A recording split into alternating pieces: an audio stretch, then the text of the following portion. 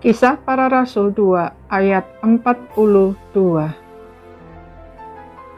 Mereka bertekun dalam pengajaran rasul-rasul dan dalam persekutuan, dan mereka selalu berkumpul untuk memecahkan roti dan berdoa. Orang percaya ditebus oleh darah Kristus bukan hanya agar diselamatkan dari dosa dan maut serta mendapat hidup yang kekal, melainkan juga agar kita menjadi saksi dan menghadirkan kerajaan Allah di bumi. Itulah sebabnya setelah kita percaya, Tuhan tidak segera membawa kita ke sorga, melainkan menempatkan kita ke dalam komunitas orang percaya yang disebut jemaat, dan sekarang kita kenal sebagai gereja. Dengan kata lain, gereja ada untuk menghadirkan kerajaan Allah di bumi. Sebuah komunitas disebut gereja jika pemerintahan Allah diakui dan firman-Nya ditaati secara mutlak, menjadi satu-satunya dasar bagi seluruh aspek kehidupannya. Bukan karena memiliki gedung gereja, organisasi yang teratur, serta berbagai kegiatan pelayanan yang terstruktur. Walaupun bukan berarti semua itu tidak penting. Jemaat mula-mula belum punya gedung gereja, apalagi organisasi yang teratur dan kegiatan pelayanan yang terstruktur. Tetapi kehidupan mereka menjadi teladan gereja yang sejati. Pertama, mereka bertekun dalam pengajaran rasul-rasul. Pada saat itu, Alkitab dalam bentuknya yang sekarang belum ada.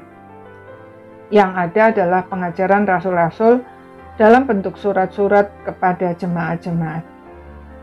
Jadi, bertekun dalam pengajaran rasul-rasul artinya mereka sungguh-sungguh mempelajari dan menghidupi firman Tuhan.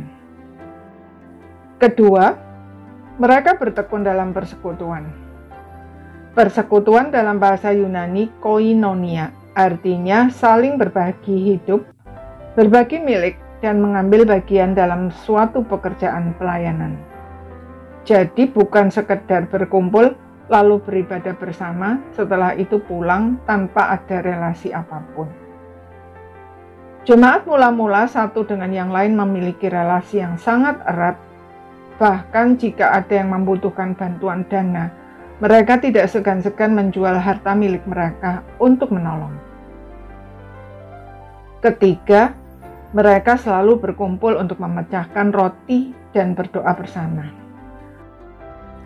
Memecahkan roti bisa berarti perjamuan kasih, yaitu masing-masing membawa makanan kemudian disatukan dan dimakan bersama, tetapi juga berarti perjamuan kudus.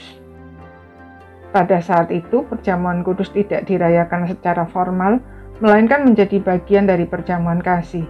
Artinya, baik makan bersama maupun merayakan perjamuan kudus merupakan satu kesatuan yang sakral. Yang keempat, mereka melakukan semua itu tiap-tiap hari di bait Allah maupun di rumah masing-masing secara bergilir dengan gembira dan tulus hati. Artinya, mereka melakukannya bukan karena peraturan, melainkan dengan kerelaan masing-masing, tidak ada yang merasa terpaksa atau dipaksa melakukannya. Kalaupun ada yang melakukannya dengan motif yang tidak kudus, mereka akan berhadapan langsung dengan murka Allah seperti halnya Ananias dan Safira yang mati seketika karena mendustai Allah.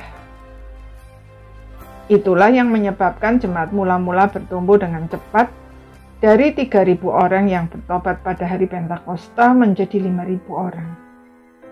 Orang-orang di luar komunitas melihat kehidupan mereka menjadi takut.